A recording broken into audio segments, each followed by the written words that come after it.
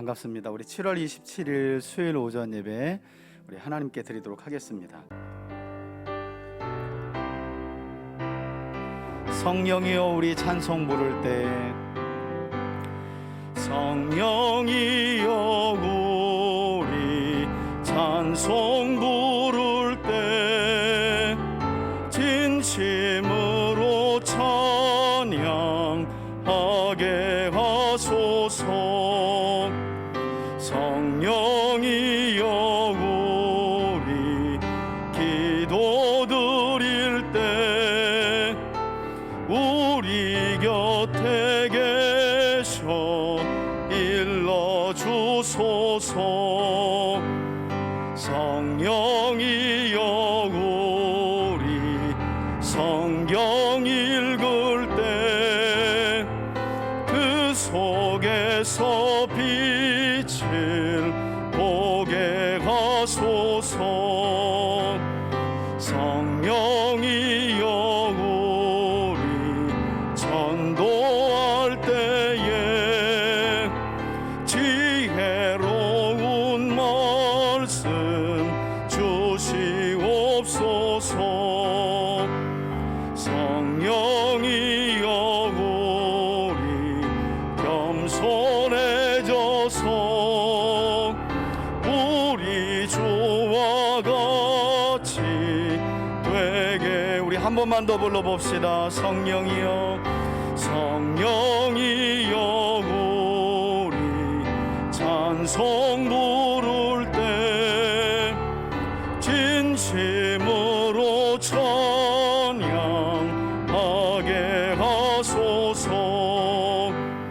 성령이여 우리 기도 드릴 때 우리 곁에 계셔 일러주소서.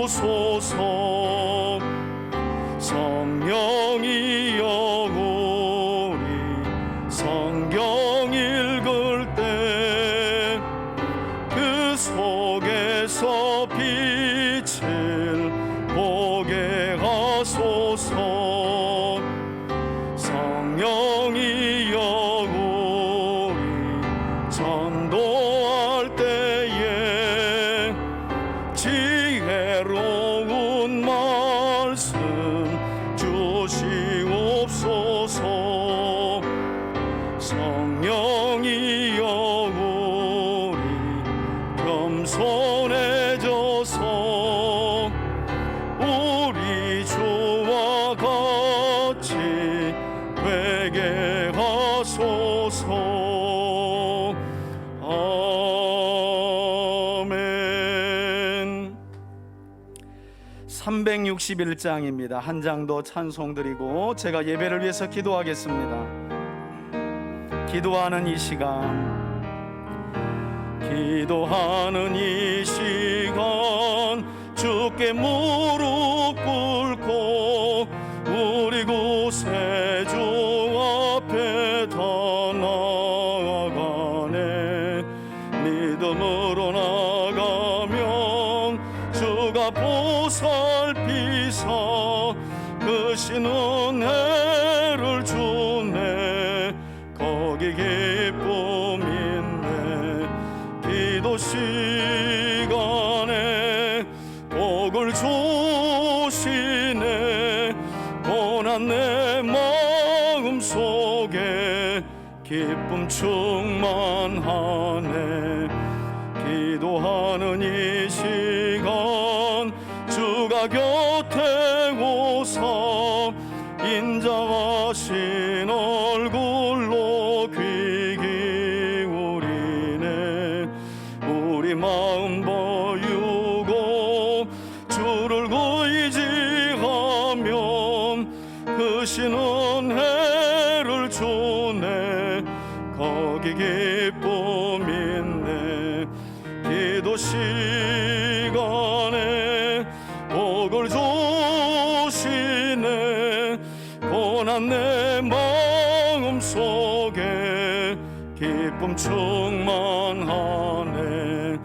기도하는 이 시간 주께 엎드려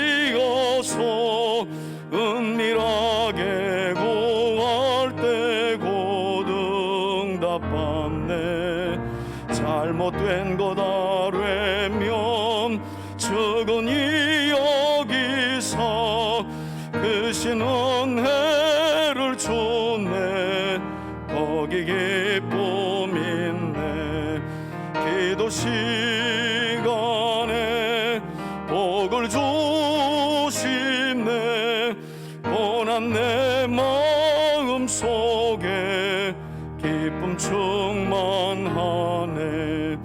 기도하는 이 시간 주를 의지하고 크신 은혜 구하면 꼭 받으리라.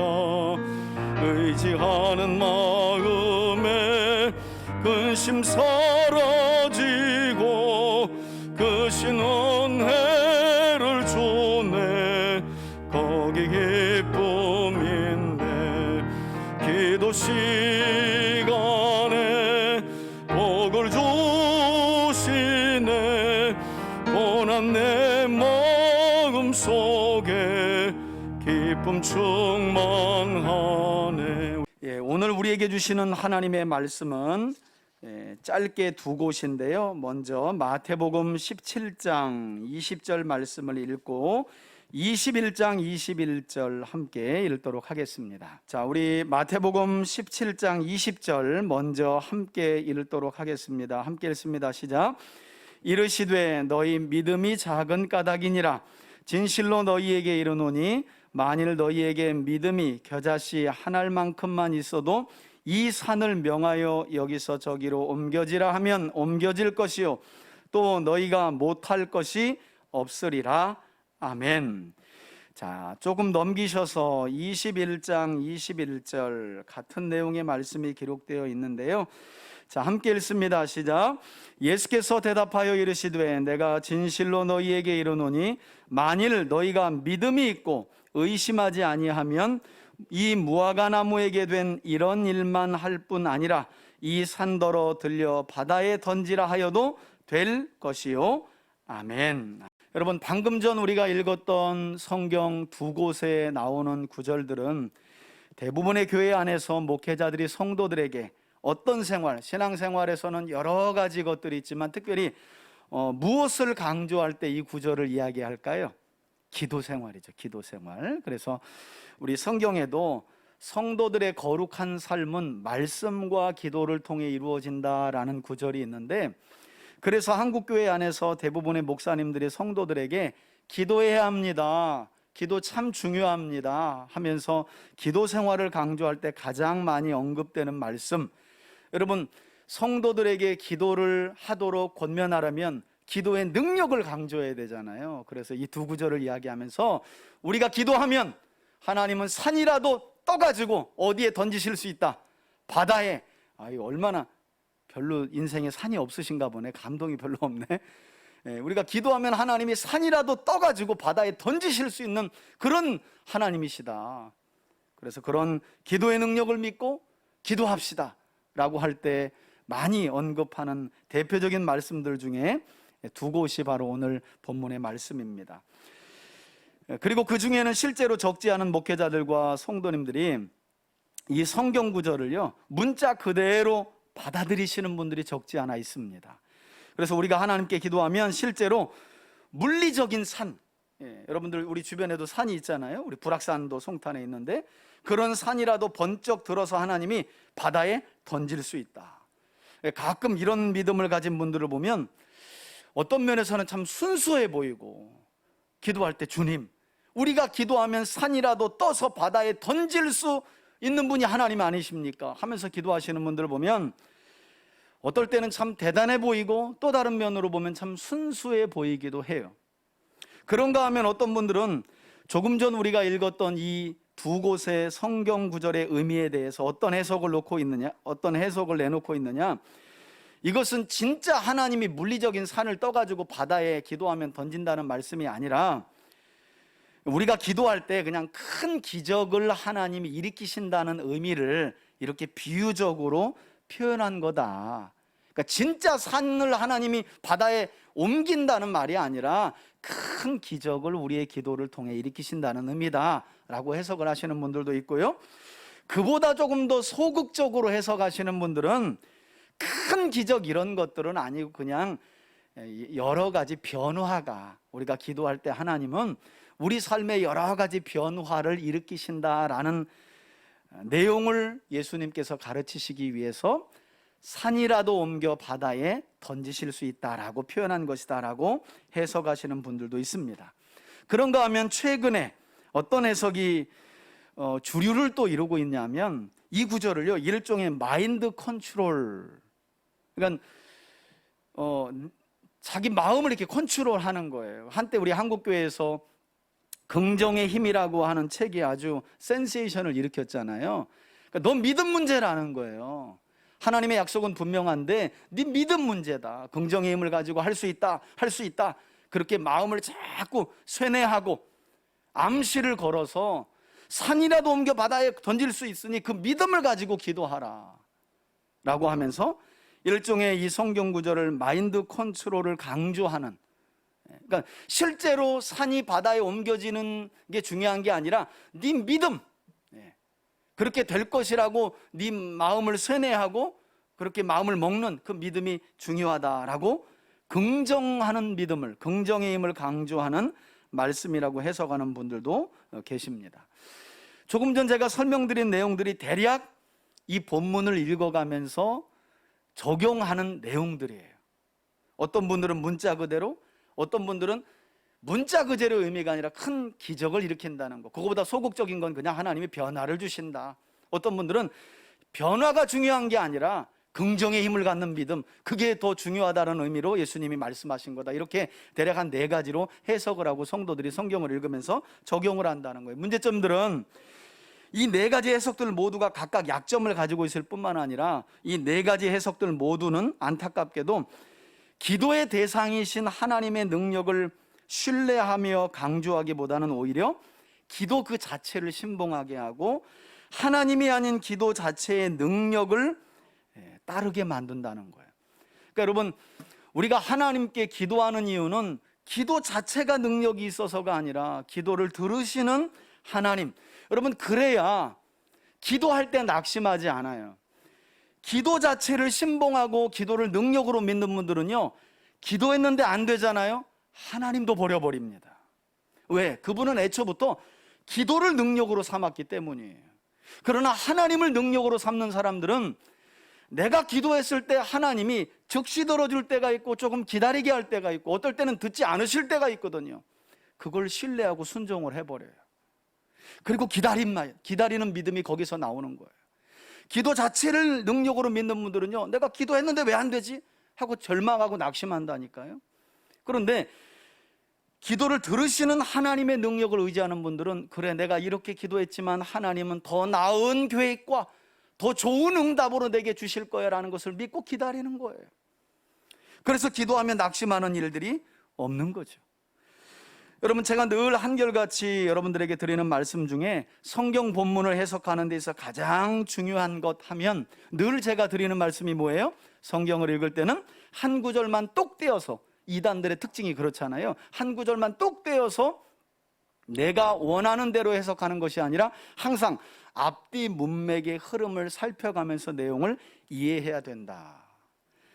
자, 우리가 마태복음 오늘 17장 20절과 21장 21절을 함께 읽었는데요, 특별히 마태복음 21장 21절에 나오는 본문을 보시면 단순히 우리가 이 구절을 그 뒤에 보니까 좀 더 명확해 보여요, 우리의 해석이. 왜냐하면 여러분 21장 21절을 보니까 그렇게 나와 있잖아요.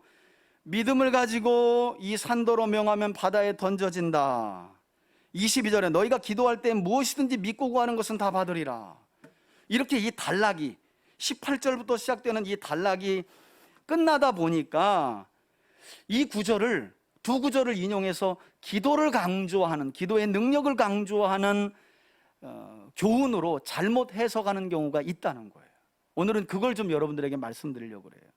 여러분, 마태복음 21장 21절에 나오는 말씀은 단순히 기도의 능력을 강조하는 구절로만 해석하면 안 됩니다. 왜냐하면 여러분, 이 구절이 18절부터 시작되죠. 그죠? 18절에 보면 점 하나가 나와 있잖아요. 새로운 단락이 시작된다는 것이거든요. 이 18절부터 내용을 읽어보게 되면 이 단락이 어떤 내용이냐면 그 내용이 중요해요. 애초부터 기도를 강조하는 말씀이 아니라 예수님께서 이제 공생의 3년을 지나고 마지막 한 주간을 보내시기 위해서 예루살렘에 입성하셨는데, 예루살렘 성전이, 구약의 선지서를 보니까 예루살렘 성전은 만민이 기도하는 집으로 하나님이 지으시고 이스라엘에 세우신 것인데, 그 만민이 기도하는 집으로 세우신 하나님의 성전인 예루살렘 성전이 예수님 당시에 보니까 강도의 소굴이 돼 있는 거예요. 장사꾼들이 판치는, 하나님은 온데간데 없고 장사꾼들이 이윤을 얻기 위해 판치는 강도의 소굴이 되어버린 거예요. 그래서 예수님은 그런 자들을 향해, 또 그런 장사가 버젓이 일어나는 예루살렘 성전을 향해 진노하시는 말씀이 이 단락입니다. 그러니까 이것만 이해하면 예수님이 지금 만민이 기도하는 집이 변질되어 가지고 강도의 소굴이 된 것을 막 화를 내시는데 갑자기 결론이 기도의 능력으로 끝나게 되는 거예요. 그러니까 여러분, 성경을 우리가 앞뒤 문맥을 이어서 읽지 않으면 완전 성경이요 내가복음이 됩니다. 정말 무서운 믿음이 되는 거예요. 이단들이 대부분 이런 성경 해석을 가지고 있는 거예요.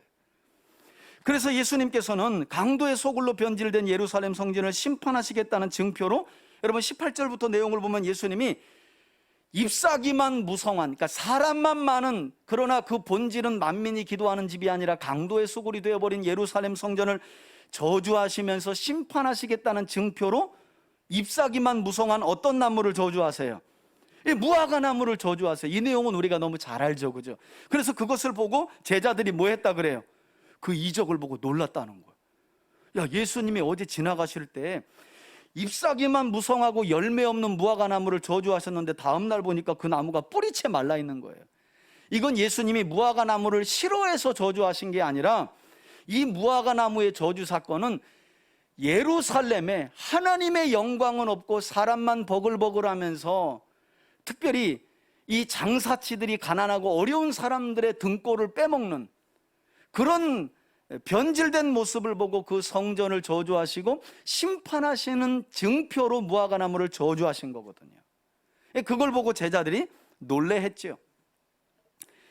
다시 한번 말씀드리면 오늘 본문의 말씀은 이처럼 부패하고 타락한 예루살렘 성전을 그 주인 되시는 예수님께서 친히 심판하시겠다는 말씀을 담고 있는 단락 안에 포함되어 있는 거예요. 그런데 이 단락에서 갑자기 이 두 구절만, 21절과 22절을 읽으면 기도의 능력이 있습니다. 기도하면 산이라도 바다에 던져질 수 있습니다. 옮겨질 수 있습니다. 이렇게 문맥이 끝나버리니 얼마나 이게 엉뚱하고 생뚱맞은 해석이 돼요. 그런데 그냥 우리는 그렇게 읽고 있는 거예요. 예수님은 지금 만민이 기도하는 집에서 강도의 소굴로 변질된 예루살렘 성전을 보시고 너무너무 화가 나셔가지고 그 성전을 저주하시고 심판하시겠다는 증표로 무화과 나무를 저주하시면서 말씀하고 계신데, 갑자기 그 단락의 결론이 기도의 능력으로 끝나고 있다. 이게 얼마나 이상해요. 앞뒤가 안 맞잖아요, 말이. 여러분, 이전에 제가 한번 설명드린 일이 있는데요, 성경을 해석하는 데 있어서 우리가 공부해야 될 것 중에 하나가 성경의 용례라는 겁니다. 용례. 여러분 기억하시는지 모르겠어요. 제가 오래전에 성경의 용례에 대한 설명을 하면서 성경에 나오는 동쪽의 의미를 설명드린 적이 있어요. 그러니까 성경에 동쪽이라고 나오면 실제 물리적으로 네 방위 중에, 동서남북 중에 동쪽을 의미하기도 하고요, 동쪽은 성경의 용례상, 실제로 동쪽을 가리키는 게 아니라 그 안에 담겨진 의미가 있다는 거예요. 여러분, 성경에서 동쪽은 물리적인 동쪽 외에 성경의 용례상 하나님의 반대편을 상징하는 방향이 바로 동쪽입니다. 그래서 범죄하고 타락한 최초의 인류인 아담과 하와가 에덴 동산에 어디로 나가요? 동쪽으로 나가죠. 동생을 돌로 쳐 죽인 가인이 어디로 가요? 동쪽으로 갑니다, 여러분. 그래서 선지서에 보면 하나같이 이스라엘의 죄악으로 인하여 이방 나라가 이스라엘을 침공할 것이다라고 할 때 동쪽으로부터라고 말해요. 항상 하나님과 반대되는 편이 바로 동쪽이거든요. 여러분, 모세를 통해 하나님이 지으신 성막의 출입구가 어디 쪽에 있어요? 동쪽에 있는 거예요. 하나님의 임재가 있는 지성소는요, 반대쪽인 서쪽에 있죠. 더 나아가서는 메시아이신 예수님이 이 땅에 태어나실 때 목자들의 방문과 함께 저 아시리아 쪽에서 누가 와요? 동방박사들이 오죠.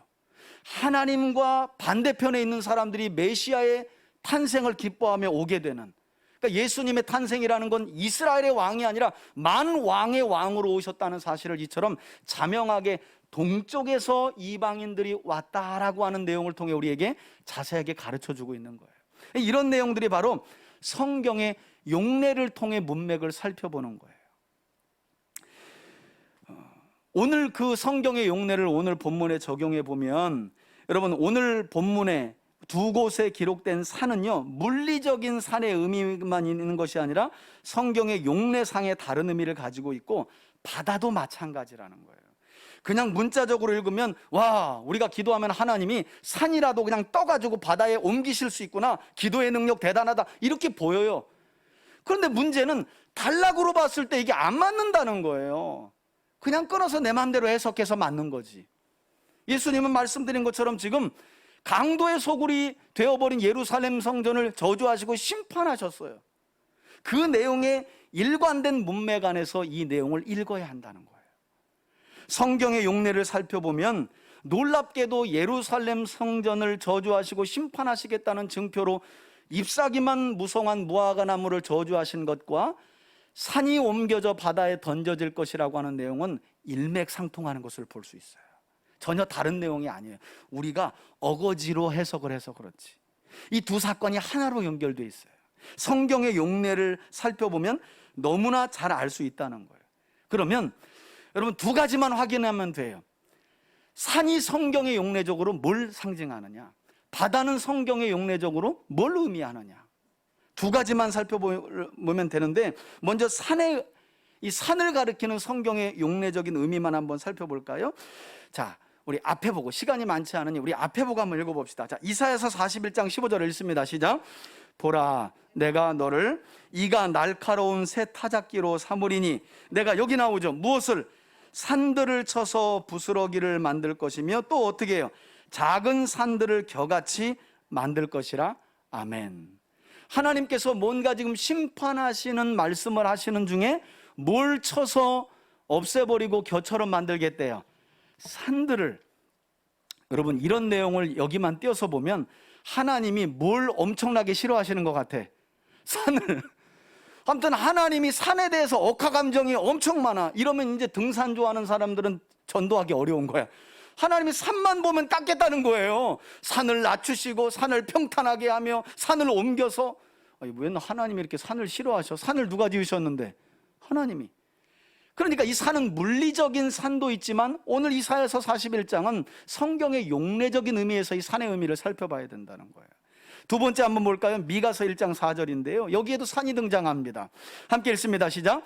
그 아래서 산들이 이번에는 뭐 한다고요? 녹고 그래요.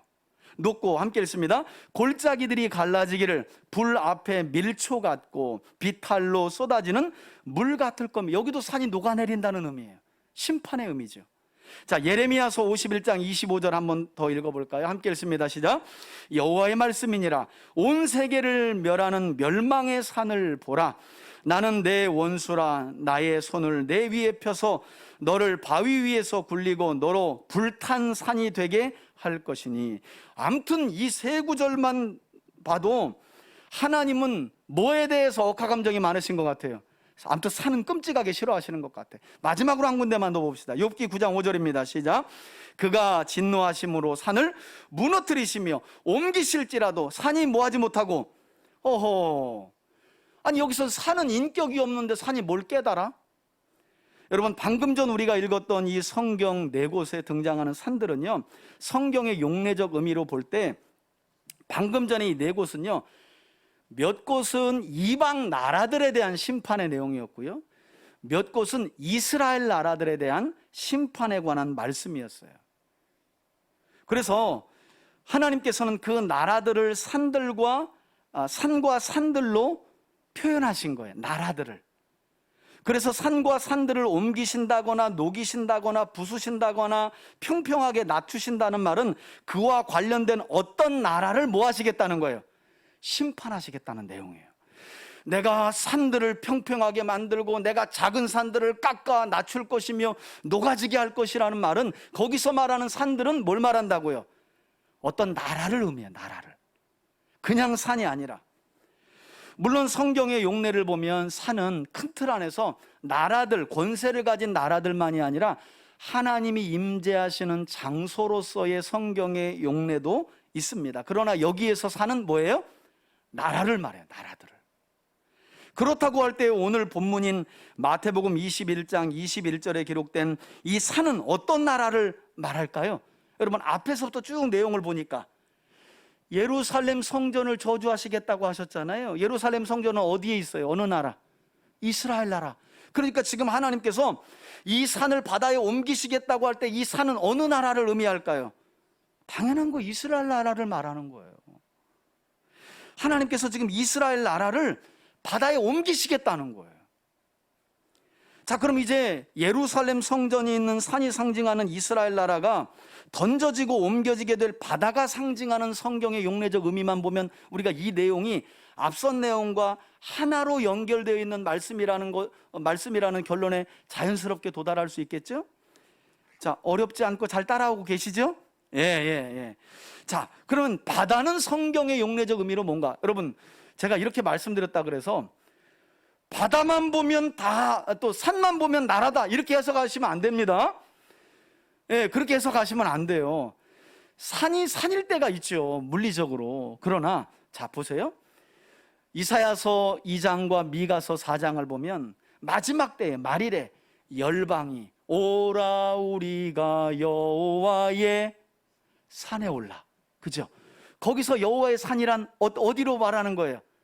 문자적으로는 이스라엘 나라고 하나님의 성전이 있는데 거기에 가서 하나님의 말씀을 배워서 우리도 복 받기를 원한다는 거니까, 이걸 우리 시대에 적용한다면 하나님의 말씀이 있는 여기 어디를 말하겠어요? 교회를 상징하는 거예요. 교회. 그러면 성경의 용례를 이렇게 살펴보면요, 성경을 문맥 안에서 이해하는 게 얼마나 재미있고 기쁘고 바르게 깨달아지는지 몰라요. 자, 그럼 두 번째, 바다의 성경의 용례적 의미를 살펴볼까요? 몇 군데만 살펴보려고 하는데 딱 두 군데만 볼게요. 자, 이사야서 안에서 나와 있는 바다의 용례. 자, 23장 11절입니다. 함께 한번 앞에 보고 천천히 읽어봅시다. 시작. 여호와께서 바다 위에 그의 손을 펴사 열방을 흔드시며 여호와께서 가나안에 대하여 명령을 내려 그의 견고한 성들을 어떻게 무너뜨리게 하시고. 한 군데 더 봅시다. 이사야 60장 5절입니다. 함께 읽습니다. 앞에 보시고 60장 5절 시작. 그때에 내가 보고 기쁜 빛을 내며 내 마음이 놀라고 또 화창하리니 이는 바다의 부가 내게로 돌아오며 이방 나라들의 재물이 내게로 옴이라. 여러분, 여기에서는요 지금 교차적인 의미로 설명을 하고 있는 거예요. 바다의 부가 어디 있어요? 바다가 부가 어디 있어요? 그런데 이 바다의 부가 뒤에 나오는 이방 나라들의 재물과 함께 같은 의미를 가지고 있는 거예요. 다시 말해서 바다가 가리키는 성경의 용례적 의미는 이방을 상징해요. 이방인, 이방을 상징하는 거예요. 자, 산은 뭘 상징한다 그랬죠? 나라들, 그죠? 바다는 뭘 상징한다고요? 이스라엘이 아니라 뭐로요?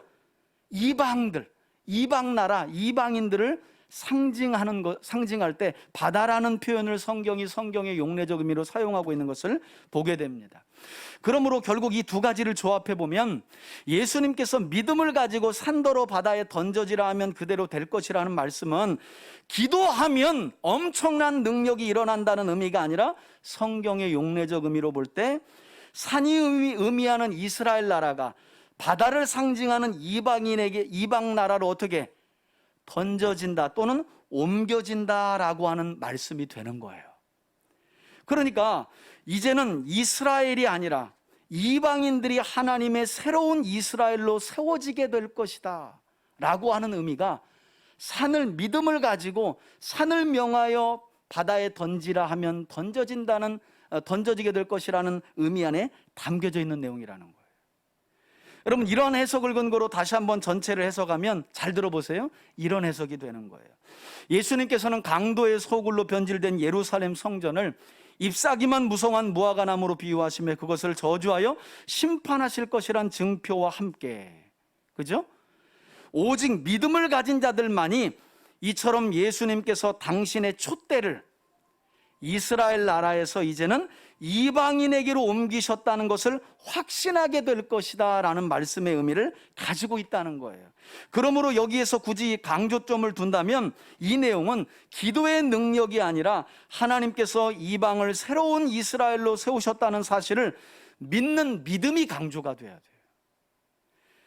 부패하고 타락한 예루살렘 성전이 있는 이스라엘을, 여러분, AD 70년에 실제로 예루살렘 성전만 파괴되는 것이 아니라 이스라엘 전체는 여러분 파괴됩니다. 이스라엘 전체도.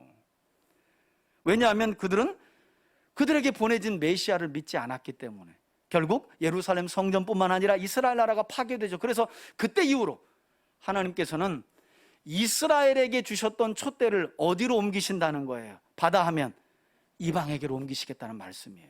그러니까 성전을 저주하시고 심판하시겠다는 말씀과 이제는 그 성전이 있는 이스라엘에게서 촛대를 옮겨 이방으로 옮기시겠다는 말씀이 하나로 연결이 돼야 안 돼요? 되잖아요. 이게 성경의 용례 안에서 성경을 살펴보는 흐름을 파악하는 아주 중요한 관점입니다. 그렇게 안 되면 단락으로 묶어놓고도 앞에는 무화과나무 저주가 되는 거고요, 이건 또 잘 설명해요. 부패하고 타락한 예루살렘 성전을 저주하시겠다는 증표다, 이건 돼. 근데 뒤에 가서 기도의 능력이 되는 거예요. 갑자기 한 단락 안에 있는데. 사실 이 내용은 성경의 용례 안에서 제가 말씀드린 것처럼 더 이상 만민의 집으로서의 역할이 불가능한 예루살렘 성전이 있는 이스라엘에게서 하나님이, 이 산을 의미하는 이스라엘에게서 촛대를 어디로? 바다인 이방으로 옮기시겠다는 거. 다만 이 하나님의 섭리, 이 하나님의 구원의 역사를 어떤 자들만 믿고 확신할 거라는 거예요. 믿음을. 그래서 여러분, 마태복음 17장 20절에도 보면 믿음이 적은 까닭에 이렇게 시작하죠. 믿음이 적은 까닭에. 오늘 본문을 봐도 어떤 내용이 나와요? 너희가 믿음이 있고 의심하지 않으면 하나님 나라의 이 구속 역사가 이스라엘에게서 촛대가 옮겨져 이방으로 옮겨졌다는 이 사실을 믿고 확신하게 될 것이다. 할렐루야. 이 내용을 예수님이 지금 설명하고 계신다는 거예요. 이후에 기록된 성경을 보면 예수님께서 말씀 그대로, 특히 여러분 사도행전을 보면 하나님 나라의 복음이요, 사도행전 10장을 보면, 이제 10장 이후를 보면 고넬료의 가정에 복음이 전해지게 되면서 이방에 예수님의 말씀 이대로 복음이 이방으로 확 이렇게 퍼지고 확장되는 내용을 우리가 살펴볼 수가 있는데, 그리고 더 나아가 사도 바울의 선교 사역을 통해 이방으로 복음이 확대되면서 이방이 예수님의 오늘 이 말씀 그대로 새로운 이스라엘로 세워지게 되고요, 단순히 그냥 이방인이라서 새로운 이스라엘이 아니라 이방인일지라도 그 이방인 중에서 예수 그리스도를 하나님으로 믿는 모든 사람들, 그 사람들을 하나님은 새로운 이스라엘로 세우시는, 그리고 그 가운데 세우신 공동체가 바로 뭐예요? 교회죠, 교회. 하나님의 말씀이, 예수님의 말씀이 그대로 이루어지게 되는 것을 우리가 볼 수 있어요.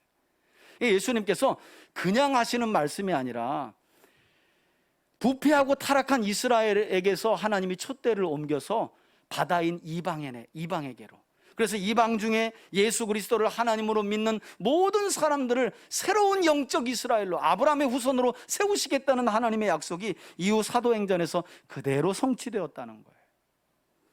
바라기는 오늘 여기 있는 우리 성도들 모두가 오직 주님께서 믿음 안에서 새로운 영적 이스라엘로, 그리고 영적 아브라함의 후손으로 여러분들을 부르셔서 주님의 몸된 교회로 세우셨다는 사실을 믿는 믿음이 여러분들에게 있기를 바라고요. 그러니까 완전히 다른 내용이잖아요. 기도의 능력이 아니라 하나님이 그리스도를 믿는 너희를 영적인 새로운 이스라엘로, 그래서 이제는 이스라엘에게서 촛대를 옮겨서 이방인에게로, 이방인들 중에 예수 그리스도를 구세주로 믿는 사람들을 새로운 영적 이스라엘로 세우시겠다는 놀라운 말씀. 여러분, 그 혜택을 지금 저와 여러분들이 누리고 있는 줄 믿습니다. 그 말씀이 우리 안에 이미 성취된 거예요.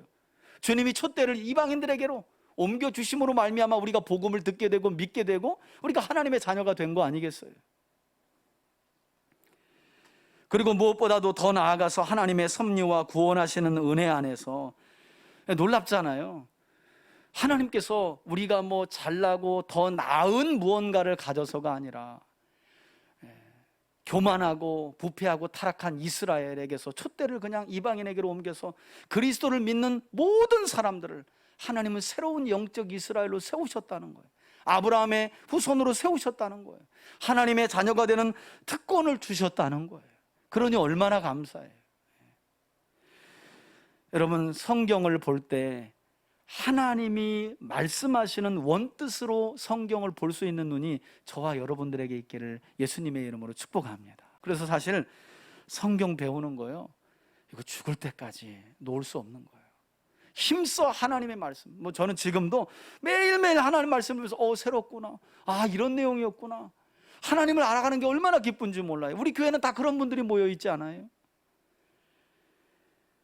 성경을 내 욕심대로 내 소원대로 해석하기 시작하면 다 성경을 칼질해버리고 본뜻이 그렇지 않은데 그냥 그런 줄 알고 또 믿고 기도해버리고 그걸 누군가에게 또 전하고 엉뚱한 하나님의 뜻이 전달되고 마는 거죠.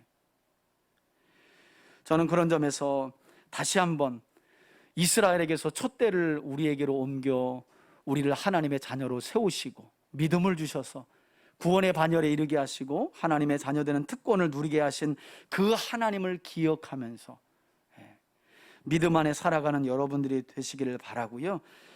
조금 더 겸손하게 그렇게 은혜 주신 예수님을 구세주로 하나님으로 믿고 그 믿음 가운데 살아가는 여러분들이 되시길 예수님의 이름으로 축원해 드립니다. 아멘.